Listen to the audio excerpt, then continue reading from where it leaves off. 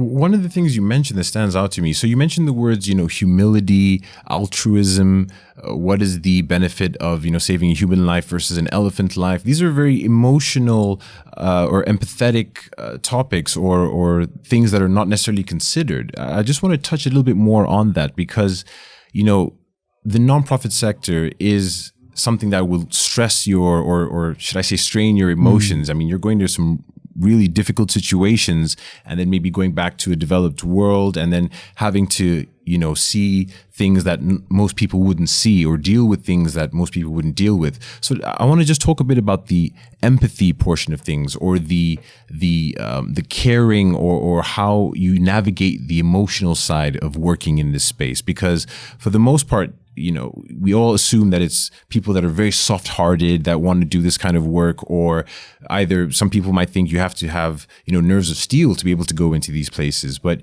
from your perspective, what does the emotional side entail, and how do you navigate that as you work in this industry?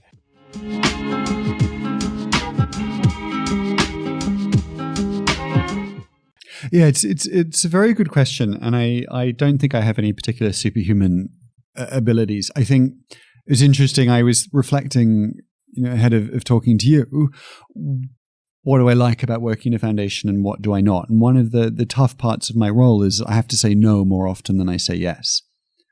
Because, you have the multiple lenses and you can see things that absolutely ought to be done, but it's not your bailiwick. It's not for you to do.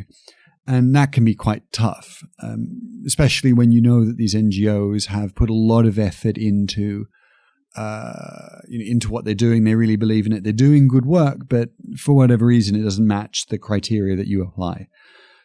So I have all the respect in the world for our implementation partners, for the operating NGOs, the delivery NGOs who are out there day in, day out, helping kids who have got malaria and giving them the right treatment, etc. And also a lot of those times operating with nowhere near the level of resources that they should.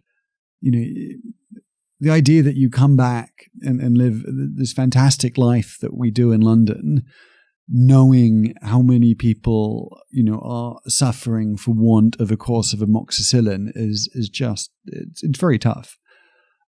It certainly encouraged me to give more giving out of my own private income, although it's, obviously a fraction of it's nothing compared to, resources that the large donors can give. But I think you have to do that, I think, because otherwise you're not consistent with your own values.